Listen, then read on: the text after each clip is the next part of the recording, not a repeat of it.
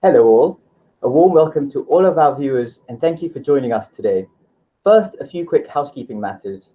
This event is being co-organized by Responsible Investors Corporate Imprint, Responsible Company. It's a one-stop shop where companies and investors can close the knowledge gap on sustainability topics and develop best practice. If you aren't already subscribed, feel free to visit our website at responsible-company.com.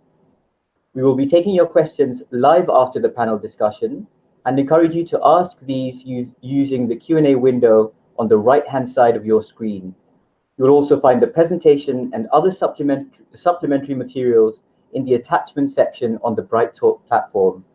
Finally, you will also be able to watch a recording of today's session, which will be available via the event link. My name is Khalid Azizuddin. I'm a reporter at Responsible Investor, and I'm delighted to open our webinar today, which is titled Adani Group's New Coal Projects, Why and How Investors Need to Act.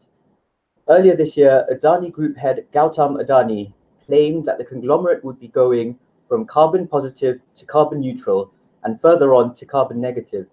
Today, we will be putting some of these claims to the test. We will also examine how Adani Group funds its operations and discuss the latest on the Carmichael thermal coal project.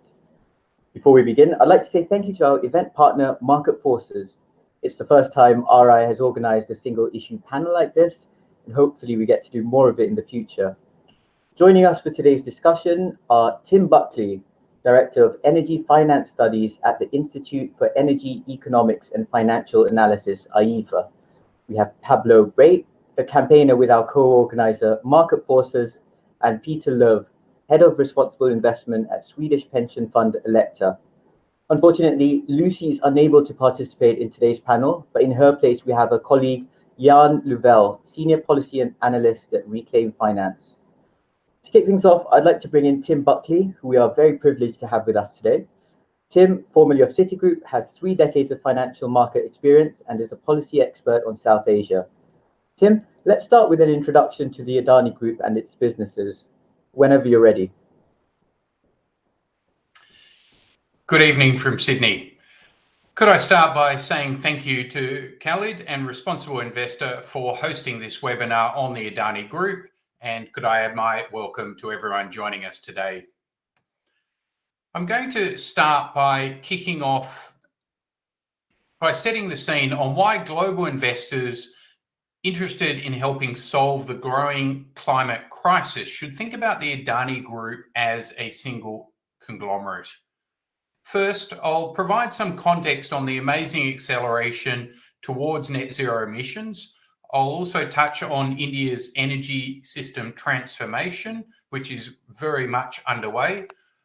I'll give an overview of the Adani Group, one of the largest investors in renewables in India, but also a group that's expanding concurrently on all fronts at speed. New solar, but also new coal mines, new coal power plants, new LNG import facilities, and new gas distribution networks. The idea that an investor or lender can invest in one arm and think that they are quarantined investments separate to the group as a whole is a total fiction. It's an act of faith contradicted by the facts. The Adani family has total control over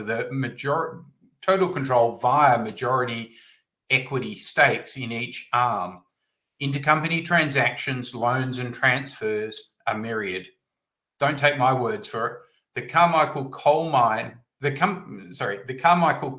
operation in the Galilee has since inception been lauded by the Adani family as a pit-to-plug strategy, a pit-to-plug exercise in vertical integration involving a multitude of separate listed Adani entities.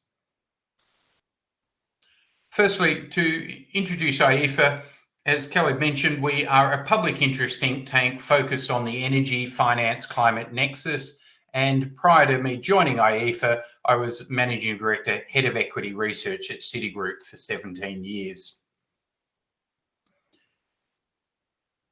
You've all heard the growing chorus of net zero emissions pledges, and some of you will rightly be cynical of finance acting in good faith.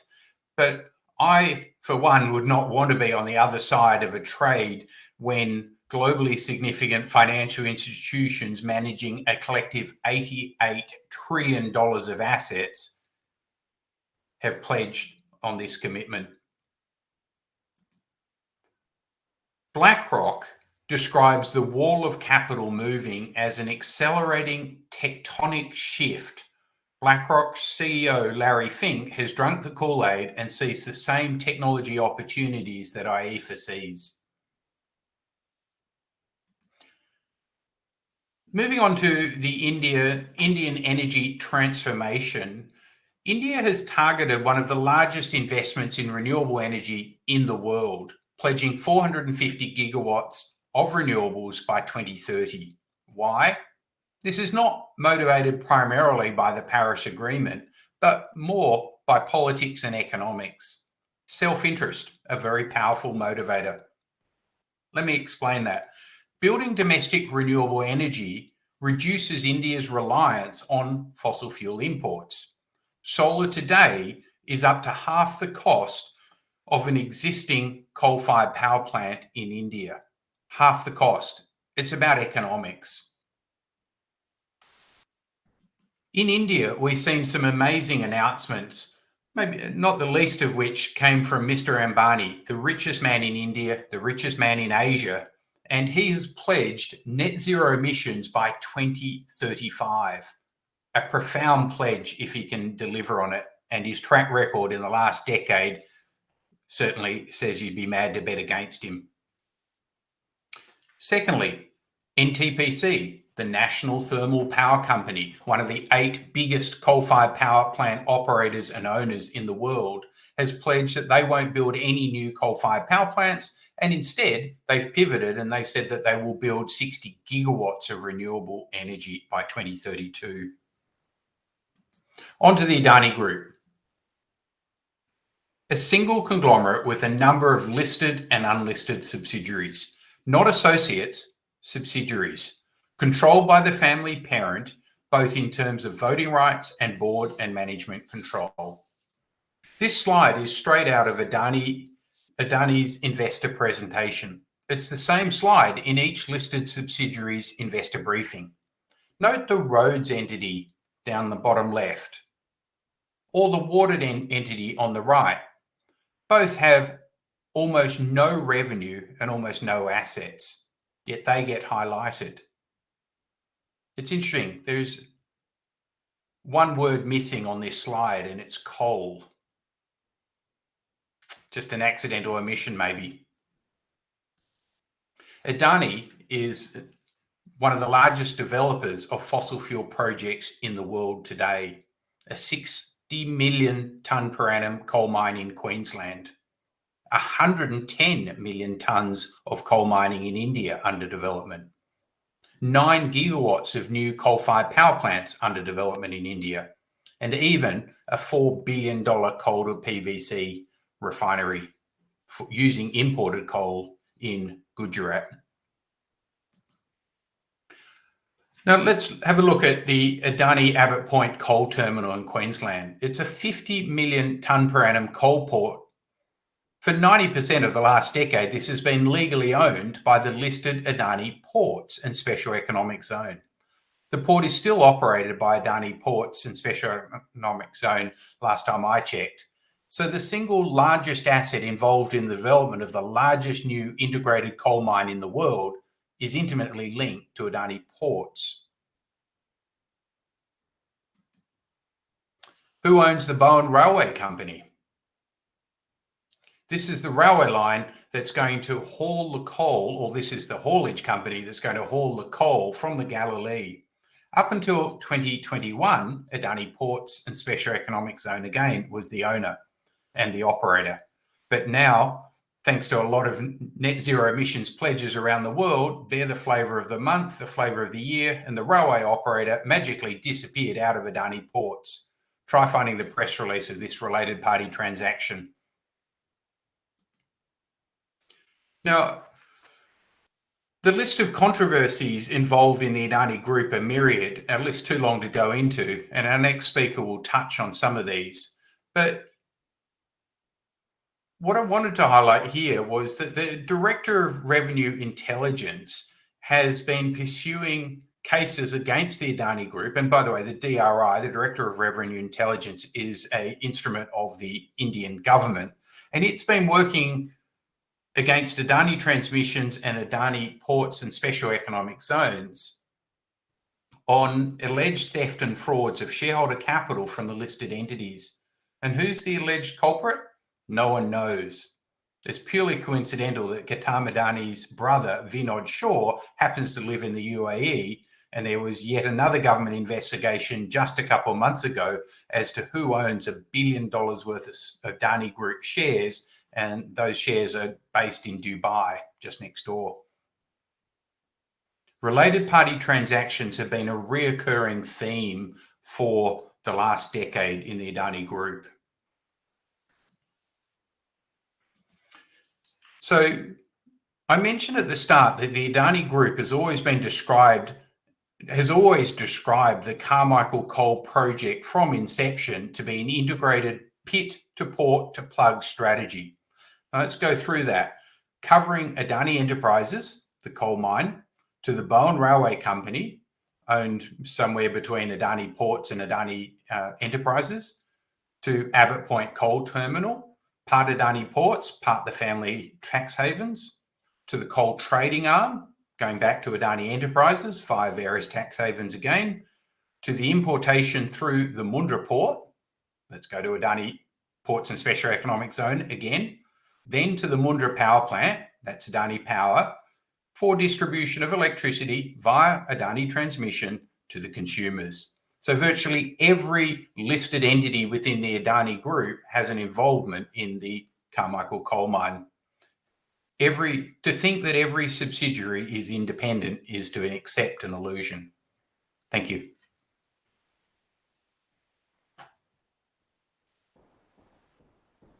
Thank you very much, Tim. But just on those points, the coal that Adani produces is being shipped home to Indian consumers, not Australian.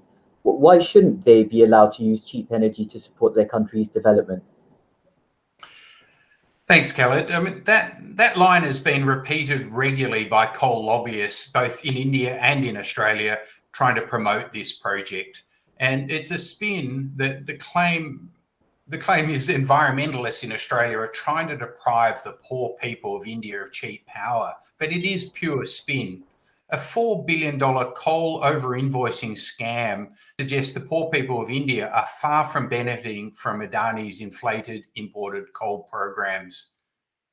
But given the government of India keeps sacking the Director of Revenue Intelligence operatives that are trying to actually handle this case, no one's ever been found guilty. I bet the court case will never be completed, and I think the poor people of India and Bangladesh will continue to pay through the nose for very expensive imported coal.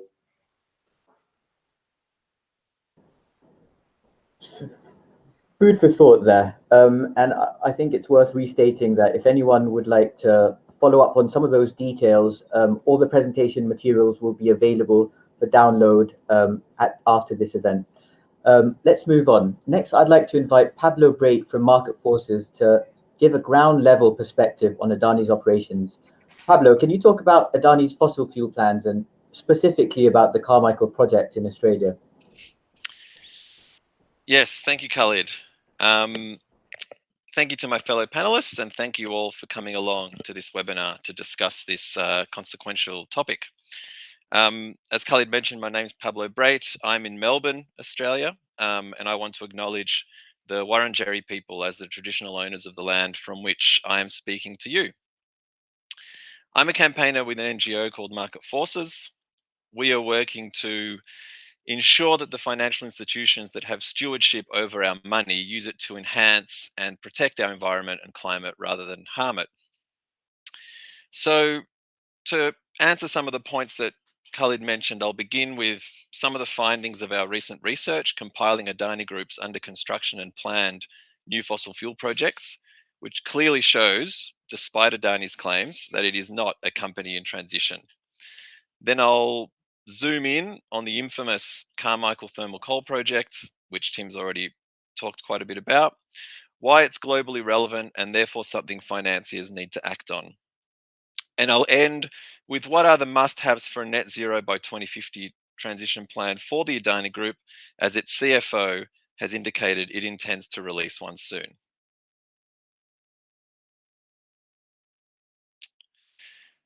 Now, earlier this year, we were seeing Adani Group promoting its investment in renewable energy and signaling its intention to help lead the transition to a low carbon future, all while pursuing the Carmichael coal project. So just as an example, here are two quotes from the head of the Adani Group claiming to support clean energy and decarbonisation. And then this middle quote, which actually came in between those other two quotes, celebrating the milestone in the construction of a new thermal coal mine in 2021. So looking at these inconsistencies, we decided to analyse Adani's own reporting, websites and media releases to assess whether Adani's rhetoric about transitioning was aligned with its business plans. What we found was not a company in transition, but a company, as Tim mentioned, expanding in all directions. So in renewable energy, yes, but also alarmingly and significantly in the burning and mining of thermal coal as well as oil and gas. Now you can see down the bottom of this slide a link to the full results of our research on Adani Group's planned and under construction fossil fuel projects. And that'll be in the download slide pack for you to click on and explore.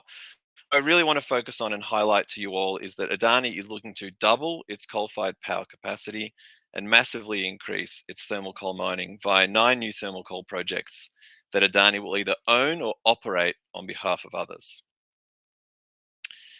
As Tim mentioned, there's also new coal and LNG terminals pursued by Adani Ports, a $4 billion highly polluting coal to PVC plant and expansions in gas and petrol distribution. And it's also important to note that since we did and released our research in June and July of this year, Adani announced that it was purchasing a 1,200 megawatt coal power station with a potential expansion to 1,800 megawatts, and it's purchased 3 new coal mining blocks with combined reserves of 598 million tonnes.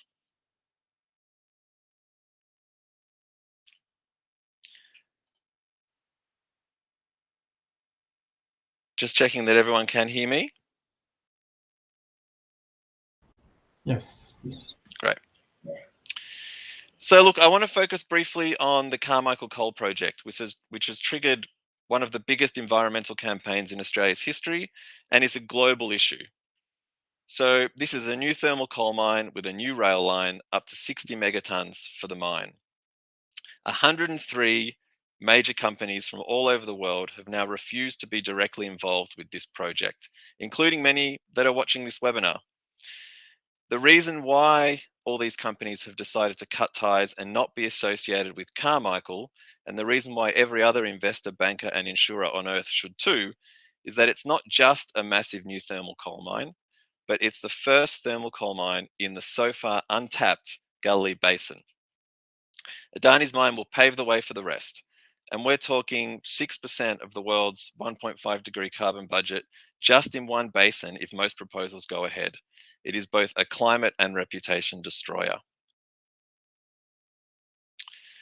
And thanks in part to the Galilee Basin mine proposals, Queensland is the state or province with the biggest proposed coal mining capacity on Earth. My point again is that this is a global problem, not an Australia problem. Every person and financial institution looking to prevent catastrophic climate change needs to help keep Galilee Basin coal in the ground. This project needs to be stopped, and we all have a stake in making that happen. Now, a lot of institutions still retain ties with the Adani Group, particularly via shareholdings, bond holdings, and service provision like bond issuing. As Tim pointed out, Adani Group must be treated as a single financial entity because that is how it operates and that is how it funds Carmichael. So by retaining ties to the Adani Group, investors and banks are risking supporting the Carmichael coal project and other new fossil fuel projects. So be warned. If you don't want to be associated with Carmichael, then all ties to the Adani Group must be cut until Carmichael is abandoned. It's also important to note that Adani has not obtained free, prior and informed consent for its Carmichael coal project. Wangan and Jagalingou representatives have been fighting this project since its inception. And in fact, a protest at the mine site by the W&J starting 3 weeks ago is ongoing. Traditional owners are worried about their sacred sites and are refusing to leave their protest until Adani ends its work on Carmichael. Now, before I get to my final item, which addresses what a net zero by 2050 transition plan for Adani Group must include, I want to mention that the download slide deck of this webinar does have a lot more fully referenced detail than what I was able to cover about the Carmichael project and the Adani Group's many controversies and other items. So really encourage people to have a look at that, download it, send it around to your colleagues and other decision makers within your organization. Now, back to a broader view. So Adani Group's CFO is promising a full portfolio plan to align Adani with the IEA net zero scenario to be released at the time of the COP. Meanwhile, construction on new coal mines and power stations continues. So consider me to be a skeptic of this claim. Now, according to the IEA report, net zero by 2050 means in part, no new fossil fuel supply projects, no new coal-fired power stations, and a phase out of coal power by 2040 globally. So if Adani was to align its business with this net zero scenario, what are some of the basics that it would need? Well, in short, it would need to stop work on Carmichael, it would need to cancel new fossil fuel projects, and put forward a timeline for phasing out its existing coal-fired power stations by 2040 at the latest. So to finish up, we believe now is the time to cut ties with the Adani Group if you don't want to support or be linked to the Carmichael project and its other new fossil fuel projects. Only with Adani's adoption of a plan that includes the points I just mentioned should this position be reconsidered. Thank you, and back to you, Khalid. Thank you, Pablo. Now I'd like to bring in Peter Löv from Elekta, the largest Swedish pension fund. Peter previously led engagements on behalf of Elekta on the topic of Adani Group. Peter, can you tell us how you engaged on Adani and what sparked the action? Okay, thank you, Khalid, and thank you for having me on this panel. Let's see, I will end this slideshow so you can see me. Khalid mentioned my name is Peter Löv, and I'm head of responsible investment at Elekta. I've been head of responsible investment for the last 6 years. Previous to that, I was heading the risk department here at Elekta for 10 years. So just a few words on Elekta. Let's see, I will start the slides. There. Yes, we're a Swedish pension fund, and we manage about $130 billion in asset under management. And we are the default pension scheme in Sweden for pretty much all white-collar employees. So we've been around for a little more than 100 years, and we have a sort of fine-tuned our investment strategy. So it's based on fundamental analysis, and we integrate these aspects into all investment decisions. And we are very much an active owner and bondholder.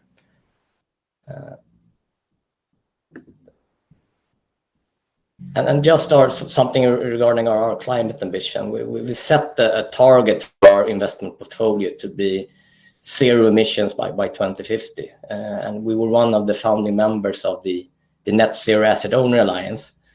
And we truly think that we have the intention here to make a real world impact. And it's not an easy task. We have a few tools at our disposal, and engagement is obviously one of them. Allocating capital towards where it has the most impact is another. and sort of as a last resort divestment. And one might wonder, what is the link between Alecta and the Carmichael coal mine? Well, it's somewhat indirect, and it was definitely not intended by us. So it all started off when we invested in the Amundi Green Bond Fund, with obviously the intention to do good. And then the Amundi Green Bond Fund invested in a green bond that was issued by the State Bank of India. This was back in 2020. And as we all know, State Bank of India has been linked to the funding of the Carmichael coal mine. So there it is, basically, the linkage then between Alecta, way back here in Stockholm, Sweden, to this coal mine then in Australia. So what happened was that we realized that this connection existed back in the fall of 2020, and we acted immediately. First of all, we contacted the Amundi team, our sales rep and the portfolio managers, and expressing our concern. This is not what we signed up to when investing in this green bond fund. And parallel to that, the CEO of Alecta wrote a letter to the CEO of Amundi expressing the same concern, that this greenfield coal mine and the infrastructure around it is in direct conflict with the global climate agenda, and indeed in contrast to Alecta's own climate ambition. And we found out quite early on that there were other investors in the fund that had sort of the similar reaction, and Amundi was really swift in responding to us, and they also reached out to SBI on the highest level. Unfortunately, I must say that SBI, they couldn't guarantee that they would sort of not get involved in this funding. So Amundi, in order to fulfill sort of the requirements for the fund, they had to divest. And again, it should be the last resort, and this was in this case it was done quite fast. It only took 2 months from where we sort of initiated the engagement with the fund, but it was really not an option to stay invested. And then, I think this is a good case, and there are a few takeaways that I sort of want to share. And one is, I think that both Tim and Pablo mentioned that climate, it's a global concern. And even we're an investor, we're sitting on the other side of the planet. We must react to a linkage to such a large greenfield coal mine, and any greenfield coal mine, I should add, because we don't need that. Or the climate budget or the carbon budget, it doesn't fit into that. And also, I should say that the intention from us and Amundi when investing in this green was obviously to be, do a climate positive investment. But sort of we got this exposure to this coal mine. So I just want everybody to be a bit humble when you evaluate an asset manager like us. This is not always intentional, but you as you get these exposure, also you learn something, because you need to do your homework, and you need to sort of have an idea on how to react. And I think also one thing that we learned is, we know from the past that typically you engage as an equity owner. You go to the AGM and you vote and you have meetings with the companies. But I think it's equally important to engage with asset managers, and even more so actually as a debt investor, because when engaging with companies regarding their financing, it's actual money on the table, and I promise you they do respond to that. So thank you for now, and I'll get back on the Q&A session if Khalid doesn't have a question for me right now. Just a quick one, if I could. I think that's a really unique take on engagement on a topic. But if we could drill down into that a bit further, can you talk to us more about your experiences and why you think it was positive in this case? Yeah. First of all, let's hope that that this had some effect. If anything, I think it got some good traction in the media, and SBI and as well as I got some bad publicity. And I think, I mean, that's at least one signal. But I think one of the reasons that we could act so fast and so effective was that both Amundi and the investor in this fund, we had the same ambition. I mean, climate is important to us. That's why we made that investment in the first place. And we had the processes in place. And in this case, it was very clear. We had to dust.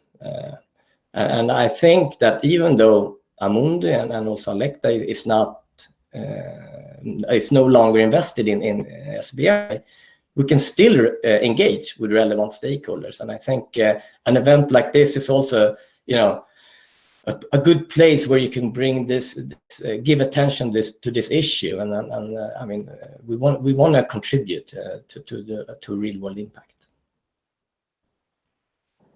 Thank you. Humble to the last, Peter. Thank you very much. Okay, perfect. Last but not least, we have Jan from Reclaim Finance. In his role, Jan focuses on the climate and energy policies of financial institutions. Jan, if I could bring you in, many banks, investors, and insurers say that they exclude coal, yet many are still investing in Adani. Can you talk to that? Yes, I can. Thank you very much, Khalid, and good afternoon from France to everybody. Thank you for the invitation, and to all for joining this webinar. I want to, I'm sorry again for the absence of Lucy in this webinar. Unfortunately, she's sick today, but I'm happy to step in her shoes. And yeah, as you say, my name is Jan Louvel, and I'm a senior policy analyst at Reclaim Finance, which is a brand new NGO which was created only last year. And our vision is to create a financial system that supports the transition to sustainable societies that preserve ecosystems and satisfy people's basic needs. And so that's why we expose negative impacts caused by certain financial institutions, such as in this case here. But we also send a lot of recommendations and guidelines as to help solve those issues. So that's what I will present in this presentation. We really look at the nitty-gritty details of policies adopted by financial institutions, and here we have a very good case with Carmichael and Adani on what this can look like. So in my presentation, I will explain the main point of this is really the difference between the discrepancy between the project level Carmichael and the corporate level Adani. And so I will explain what's wrong with the existing policies with a few concrete examples. I will also stress that Adani is not a unique case and that it's just one example. That's something we see elsewhere. And I will end up with what needs to be fixed to avoid this issue. So first and main point, no to Carmichael, but yes to Adani. So we digged into our internal databases and our analysis, and we could, and also public information, and we could identify more than 100 banks and insurers that would not directly support Carmichael. So we had 68 ones that have some exclusion at the sector level, so new coal mines, not specifically Carmichael, but really at the sector level. And we could also identify, thanks to the great Adani list on Market Forces website, we could also identify some 37 financial institutions that explicitly exclude Carmichael as such, the project. But the main issue that we see, the main issue that we see is that out of those 105, when we looked at the global coal exit list, which is a big database of coal companies with a lot of information in it, and when you look at the group level of Adani, if you really base and have a strict implementation of those metrics, we have 69, so the vast majority of those financial institutions who could still support Adani, not for Carmichael specifically, but at the corporate level. So that's really very important to stress and to understand. I will have one example here. We'll start with this example. Standard Chartered, which has a statement specifically linked to Adani, and they broke. They ended their role in the Carmichael project itself. But at the corporate level, at Adani, they are their fourth banker, and right now their policy at the corporate level is very weak. It only excludes corporations with at 100% of coal revenues. So that's clearly not sufficient to exclude Adani. So what's wrong with existing policies? To dig a bit further. All the information that I mentioned here are from the Coal Policy Tools, which is a website that we update regularly with all the policies that we could identify from financial institutions, and we score them to foster a race to the top. So you will find more details on everything I mentioned in that on that website, and it's available at coalpolicytool.org. So if we come back to Adani, and if we use the metrics that you can find in the global coal exit list, so what we did here was to go on our tool and to see which financial institutions exclude companies that are expanding coal mines or coal plants, or that exclude companies that have more than 80% of coal share of power production at the capacity, in terms of capacity, and or that mine more than 10 million tons of coal a year, or that have more than 10 gigawatts of coal capacity. That's what's written concretely in the global coal exit list. We could identify 62 financial institutions, banks, insurers, and investors that should be excluding Adani at the group level. That's not a lot, but the issue that we see is that even among those ones, the policies have some loopholes, so it's even less than that, because some of them will only apply at the subsidiary level or the group level. Some will have some issues in terms of metrics being used. Sometimes it's called share of revenues, sometimes it's called share of power production, so it depends. And you have also other kind of loopholes, particularly for investors, because some policies only apply to their own assets, not third-party assets, or some also only apply to active investments, not passive investments. And another loophole that we see a lot is when you have exception. So you exclude some companies, but you make exceptions for companies that have some credible transition plans, a term that we often see. So that's why at the end of the day, the number is smaller than this. So just to pick a few concrete examples of this, I will take JP Morgan Chase, for instance, that participated earlier this year to a 1 billion loan to Adani Enterprises. And the policies of JP Morgan, and you have the main elements here, could not prevent that. The policy excludes new coal mines and plants at the project level, and mining companies above 50% of revenues from coal.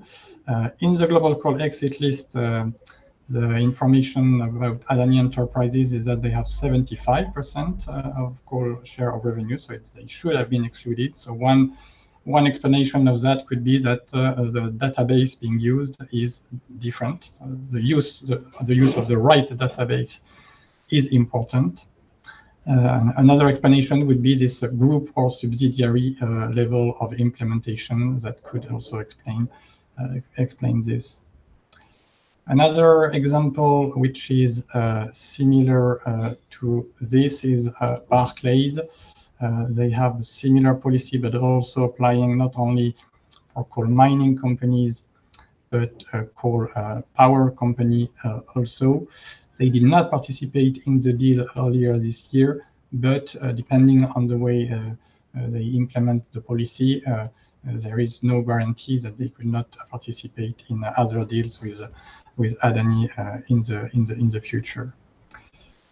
Another example that we have, which is an interesting one, is Deutsche Bank. Deutsche Bank, which took part in the deal I mentioned earlier. Here, their policy excludes new coal mines and plants at the project level, but in terms of at the corporate level, they have this mention that their exclusion threshold, only applies for Asia from 2022. They will start to apply and look at this only next year. So that's another kind of loophole in the time, that it will only apply in the future and not right now. Another and my last example, concrete example, is BlackRock on the investor world. Not only here, the policy is quite weak with a 25% exclusion threshold only applying to mining companies, but you have an addition of loopholes, since this policy only applies to active managed funds, while the vast majority of BlackRock investments are passive. So that's of course a huge loophole in the policy. I want to stress, just to end with two main points. I want to stress that Adani is not a unique case. It's we see such cases with different companies. I will only mention quickly here Glencore. Glencore has many different subsidiaries for financing specifically. So you need to be very aware which subsidiary is doing what, because if you only exclude some subsidiaries of Glencore, it can have no impact. So that's just another example. And I will end up with what needs to be fixed to avoid all these issues. And what we recommend really that the policy that financial institutions adopt exclude all coal developers, that they use the right metrics, and that they exclude all groups and subsidiaries listed on the global coal exit list that we really recommend as the database to use. And finally, that they apply to all assets under management. So if you are doing all of this, you will avoid most of the loopholes. I will end up here. Thank you very much. Thank you very much, Jan. That concludes our panel discussion. Somehow, against all odds, we're bang on time at about 2:45 Central European time. So we have about 15 minutes for Q&A. Let's kick things off right away. We've got a question here, which I think Tim might be the right person to respond. The question goes, if electricity from solar is so much cheaper in India than electricity from existing coal plants, how is there still a case for opening a new coal mine to burn coal in India? Over to you, Tim. Thanks for that question. Firstly, regarding the Carmichael coal mine, the idea of delivering coal from Australia in 2022 to India, you've got to put it in the context of, and to me, this is the perfect example of a stranded asset. Adani bought into the project 11 years ago. They've been trying to develop it for 11 years. They're looking at first coal next year to take back to India. And so if Adani actually wanted to get out of the project today, it would be exceptionally difficult. As Pablo said, they could walk away, close it down and walk away, but that then leaves them with a $2 billion coal port, which is running at 55% utilization and has been now for the last 5 years in preparation for a coal mine that's 7 years behind schedule. And then they'll be left with a railway line going to nowhere. There is nothing else out in the Galilee. It's not like you can use the coal mine or the coal port or the coal railway line for any other purpose. So this is the perfect example of a stranded asset that will never deliver an acceptable rate of return over the life of the project. And it's also stranded in that Adani can't really get out of it. There's no one dumb enough to buy it. And certainly the one defense Adani has is that they're vertically integrated and they own coal power plants back in India. And they have an agreement with the Bangladesh government on a cost plus basis, meaning the poor people of Bangladesh will be paying the Adani family for the next 30 years or 25 to 30 years, really expensive tariffs, probably 2 or 3 times the wholesale price of power in India. And they'll be paying that locked in by contract, signed by the government of Bangladesh for the next 25 years to import very expensive power from the Galilee in Queensland to Gautam in India through to Bangladesh. So it's a whole mishmash. It's a stranded asset. And ultimately, if the question was who would still build a new coal-fired power plant in India, it's an easy answer. There is literally no one other than Adani building new coal-fired power plants that they haven't already committed to 5-10 years ago. NTPC said they will build no new coal-fired power plants. That's the biggest operator of coal in India. Tata Power 2 years ago said they will build no new coal-fired power plants in India, and so on. So, it is the definition of a stranded asset, the coal mine and rail and port in Australia. Back in India, when you're a billionaire, it's actually relatively easy to be above the law or have the law influenced or rewritten in your own advantage. And I think the Bangladesh example, where they're paying literally 2 or 3 times, the poor people of Bangladesh are paying literally 2 or 3 times what they should be paying, what they could pay by signing a contract to buy renewable energy from India, yet they're doing it because of an agreement made between Prime Minister Modi, the Prime Minister of Bangladesh, and Gautam Adani 4 or 5 years ago. Well, we still have you, Tim. Maybe you can help with the next question. Who are the biggest investors in Adani, and what engagement have you had with them? Maybe the second bit is one for Pablo. Yeah, we don't actually do a lot of engagement in the context of that question. We do talk with investors around the world on a daily basis, but I'll probably answer the first half. Firstly, the promoter. The promoter is by far the largest investor in the Adani Group, as we've discussed. The second biggest group is the tax havens. And of course, we don't know who supposedly is behind those tax havens, but the government of India, as I mentioned in my formal presentation, is doing an inquiry right now to get behind the detail of those tax havens, because they're effectively strategic investors in strategic assets of the people of India, and they have no transparency. And so they're arguing it's either a fraud or a deception against the people of India. So that's an interesting new development that struck the Adani Group a couple of months ago in the political and the regulatory and legal framework.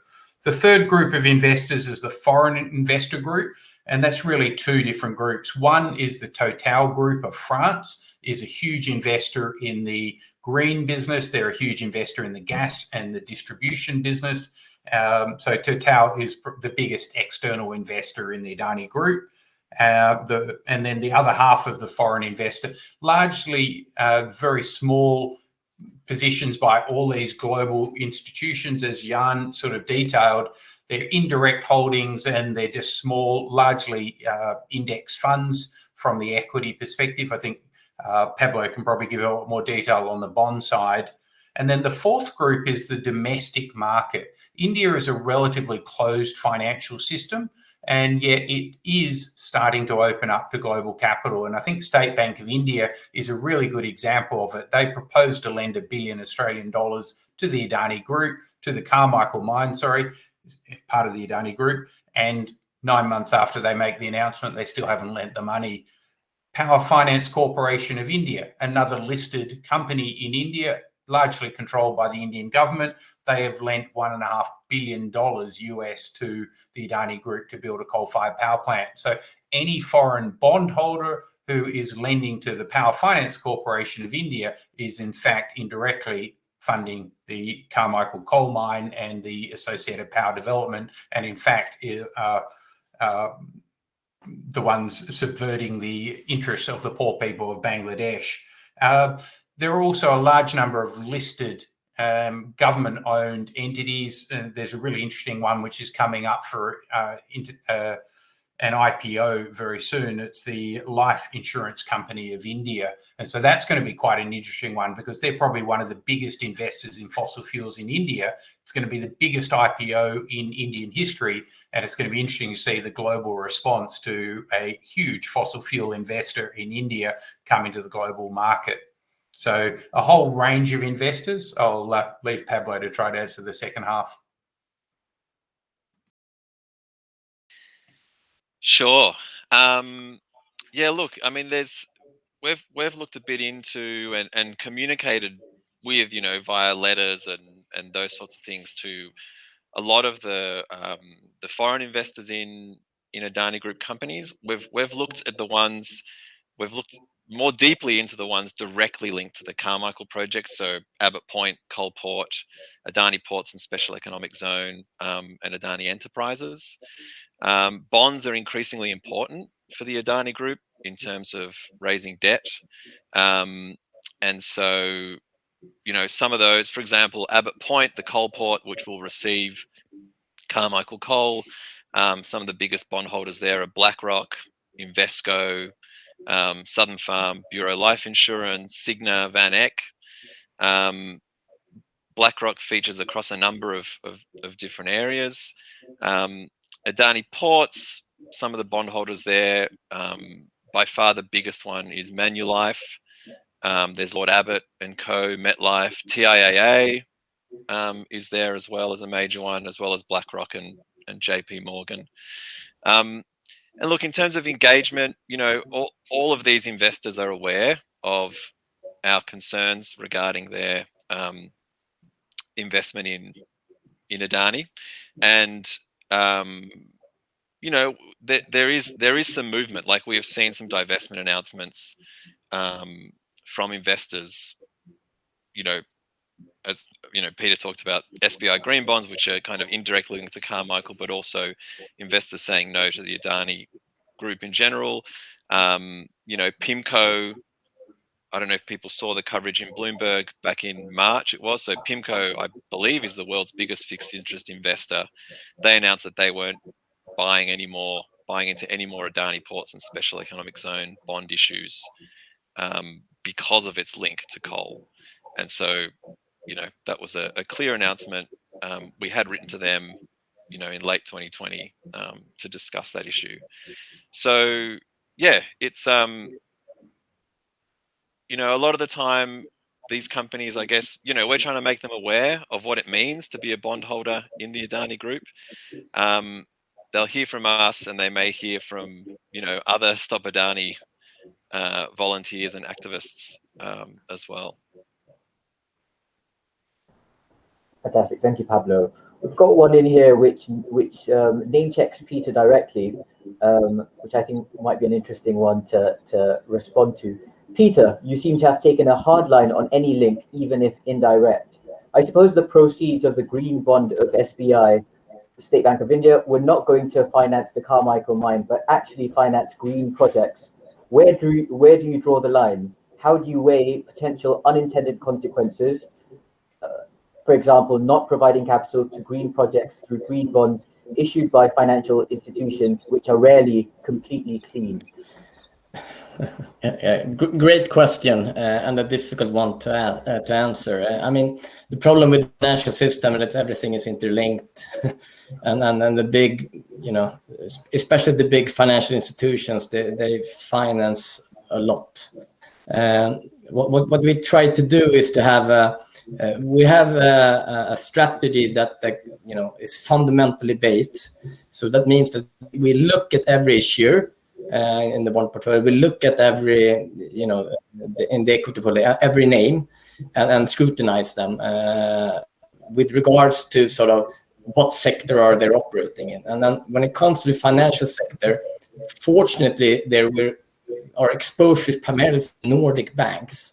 And the Nordic banks do not have that much coal or any coal, I would say, directly in their lending portfolio because there are no coal mines in Sweden. But on the other hand, they have connections or exposure to the oil industry, especially in the North Sea. So they will look for processes, we look for commitments, and we follow up on those commitments. And I am very fortunate to work for an asset manager that have a great interest from the board and the CEO. So our CEO, he's happily involved in discussions with these companies, their CEOs and their chairmen, to express our view on this topic. But you know, I realized I didn't really answer that question. Where do you draw the line? And I realized there isn't there's a, you know, I would say a gray area there, that it's we don't have all the information. Unfortunately, when we do our best to make that analysis, but then we're, you know, keep our ears to the ground and we get the information like we did this on the Amundi case. We react, and I think that's what we need to do. We need to learn. We need to, you know, have, you know, actions that are in line what we're saying, because if you don't put, you know, walk the talk, so to speak, we're going to lose the faith from clients, basically. Keep these sort of questions coming. Peter, since you're already here, another one naming you. Peter, you described your investment strategy as reaching net zero by 2050 as consisting of three things: green solutions, best in class, and divestment as a last resort. For two of these, can you describe which standards you set to ensure that these companies have a credible roadmap? Yeah, I mean, this is an ongoing process. We track for all of our holdings. We track sort of the emissions, scope 1, scope 2, and scope 3. For those that do not report, which is about 20% of our holdings, we engage with because we ask for those numbers. This is still early days for some of these companies. They're not mature enough to have these numbers. So we have to have, you know, a little bit of... we need to give them a bit time. We keep track on science-based target. We have used that as an indicator for many years, and that's also part of our engagement with companies. We need them to, you know, work with their strategy to report according to the TCFD, to set science-based target, and then that is sort of part of our any investment decision. We need to, you know, look for that. And if the companies do not have that in place, there's sort of the motivation needs to be very clear why we invest in that company anyway, and then we will engage. So it's a process that is building all the time, because we are learning and the companies are learning, and there are different levels of maturity from sector to sector and from region to region. Thank you very much, Peter. Next, just a quick question on the Carmichael project. Someone asked, if there's no one willing to fund this, how is this project being financed? Maybe a quick one for you, Pablo. Yeah, so look, Adani announced at the end of 2018, I think it was, around when they shrunk the initial phase of the project, that they would be self-funding. So if you look at the annual reports of a lot of the Australian Adani entities that, you know, that are constructing this mine and rail line, you'll see that it's essentially funded through intercompany loans. Some of them have interest, some of them don't, some of them never have to be paid back, some of them do. So, and those Adani entities that are providing these loans are not clear, not outlined. So that is one of our key messages that we're getting across, is that providing funding to the Adani Group at any part of the group risks money being freed up to flow to Carmichael, because there isn't a clear funding entity apart from the Adani Group itself, obviously. Yeah, Khaled, can I maybe just elaborate on that?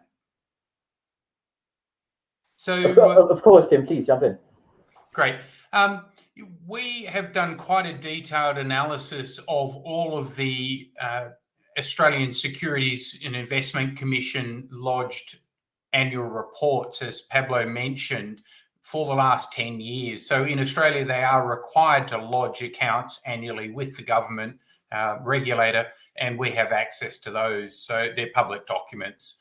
There is not a single external financial institution named in any of the 20, 30, 40, 50 different subsidiaries across Australia or across Singapore or across the Cayman Islands, the BVI and Mauritania. They've got 5 different tax haven vehicles. They've got about 50 vehicles through those tax havens. We've gone through as many of those accounts as we can get, and all of the funding comes from debt, from intercompany loans. There is not a dollar of equity in any of the subsidiaries in Australia on a net basis. They've got $5 billion of liabilities and they've got negative shareholders' funds. So absent guaranteed capital pledges from the Indian parent, they're actually trading while insolvent under Australian laws. But under Australian law, so long as the parent entity guarantees that debt for another 12 months, you can continue trading while insolvent. But technically, under Australian law, it is trading while insolvent. They have negative equity, they have negative returns, they've never made a profit, they pay no tax, and they've got $5 billion of intercompany loans, all of which relate back to India. So the Indian family company borrows in India, they borrow internationally, and then they channel the money into Carmichael through intercompany loans. It's the same story with the whole group across the board. We've done a deep dive on it, and it's pretty comprehensive. To the extent you can analyse it, we have. And this group in Australia is 100% intercompany loan. There are no external parties that we can find. So that's a very long answer to say what Pablo said in 30 seconds, which is they fund it internally.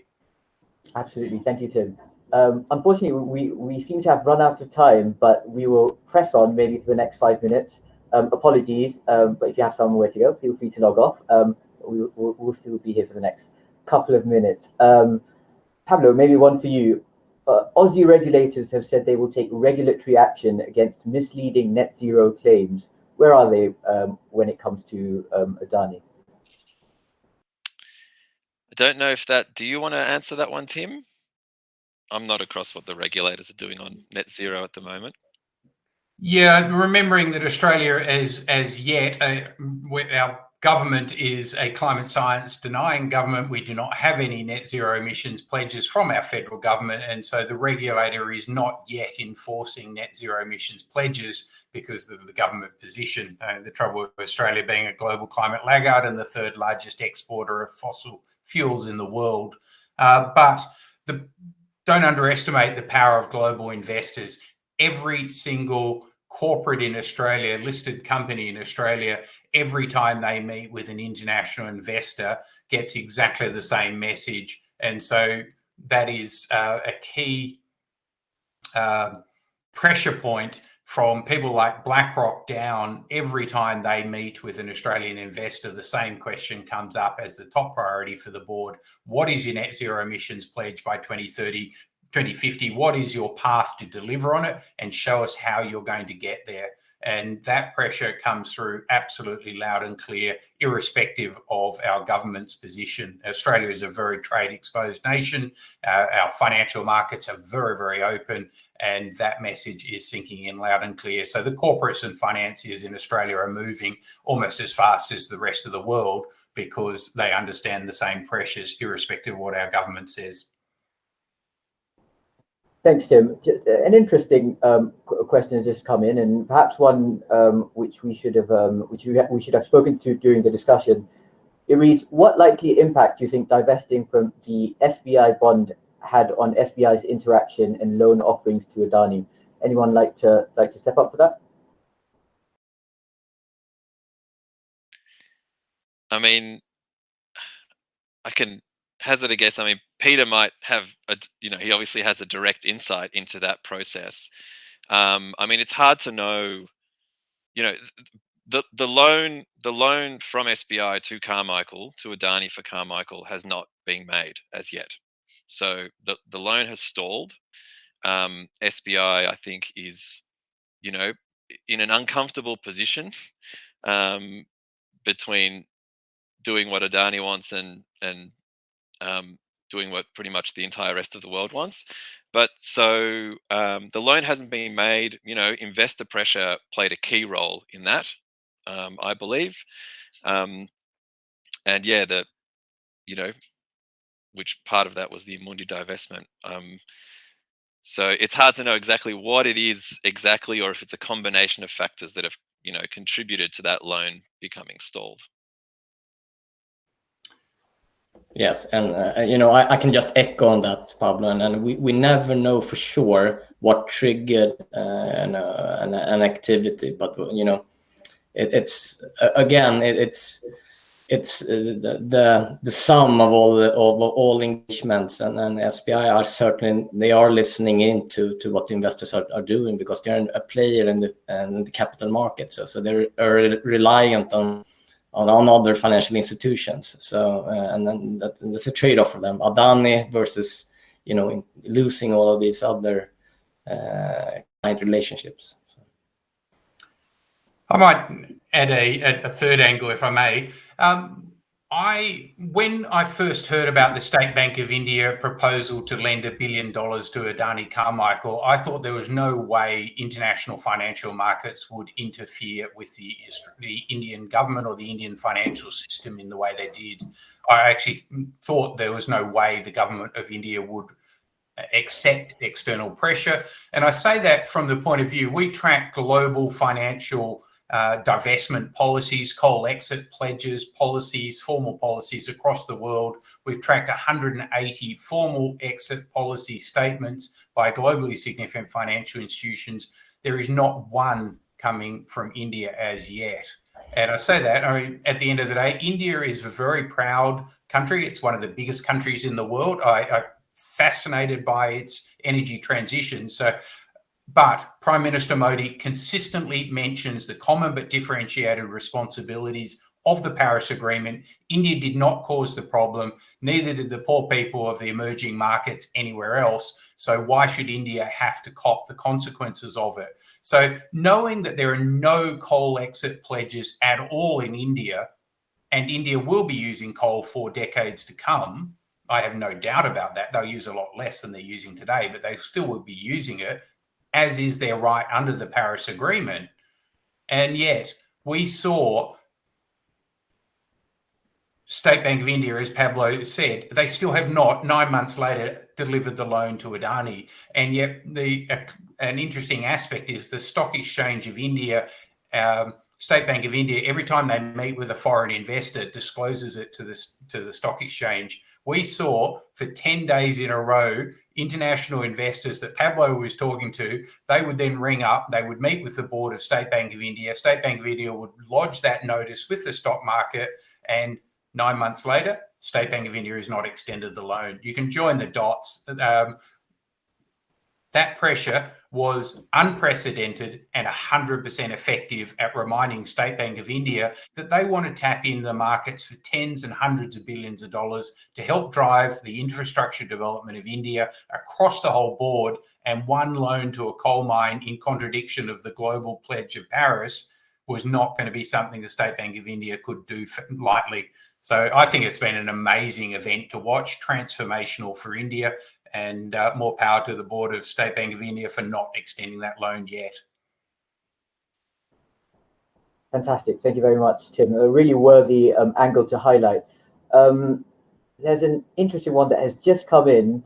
I haven't really discussed this with the panelists, but I might just throw it out there. Let's close on this one. I think we've kept everyone here long enough. The question goes, any opinions on the best strategy for divesting Adani? There's been lots of conversation around divesting coal assets, which are often bought by smaller players under less scrutiny who will sweat the asset, versus running them down responsibly and directing capex to non-coal projects. Going down the divestment value chain, very important question.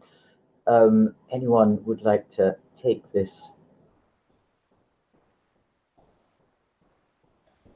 Yeah, I can try, but it is a tricky question. We talk about the ethical, moral responsibility that you have if you're an owner of a coal company, and if you just divest, someone else would take that Obviously, the company will not change.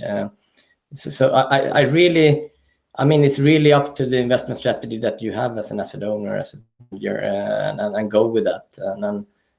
And you need to prioritize, of course, where you put your efforts.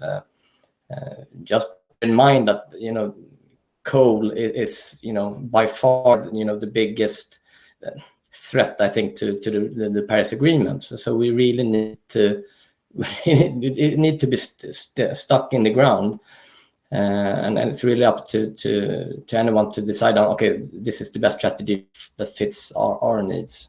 So I don't know if Tim or Pablo has other comments on that, but I think it's not a one question or one answer question, I think.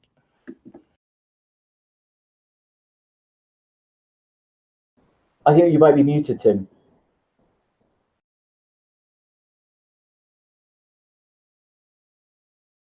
Right. Sorry, Khaled. Thank you. A different perspective. Divestment is not a solution to the problem, but what it does do is highlights the moral nature of the issue, and it highlights the financial risks, and capital flight accelerates the stranding of assets. So that's one aspect. The second aspect is that India is going to double its energy consumption on most forecasts in the next 15 years. And so the question is not so much about selling off your existing coal plants today. Pablo talked about divestment, and a net zero emissions pledge for India or for any company of 2050 means you've got 29 years to prepare. It means don't build another coal-fired power plant today, knowing that by the time you've built it, you've got 25 years life left before you have to close it down to conform with the Paris Agreement. And so India, under Prime Minister Modi's brilliant leadership, is looking to enhance India's energy self-sufficiency by building 450 gigawatts of renewable energy and doubling the size of the grid. That's a $500 billion investment to double the energy supply of India, 100% coming from clean energy. And so that will absolutely do the most important positive for the world in decarbonising, at the same time as lifting India to where it needs to go for the poor people of India. And so to me, it's all about flowing capital to the right area and restricting capital to the wrong area. And financial markets are ultimately very good at doing that once the right signal's there. And Prime Minister Modi has given that very, very clear signal, and it is being backed by all of the major global financial institutions at an amazing rate of knots. And that's why I study India. Sorry for my very long answer. I'm passionate about India and its energy transformation. Perfect. Thank you very much, Tim. I realize I haven't brought Jan into the Q&A. That is completely my fault. There was a very interesting question on SBTI, the Science Based Target Initiative. Feel free to contact Jan directly. He will be more than happy to respond to you. Thank you to all of our speakers and our audience for joining us. As I said, feel free to contact our speakers individually on any of the topics we've discussed. They will be more than happy to follow up with you directly. That's it from us. See you soon.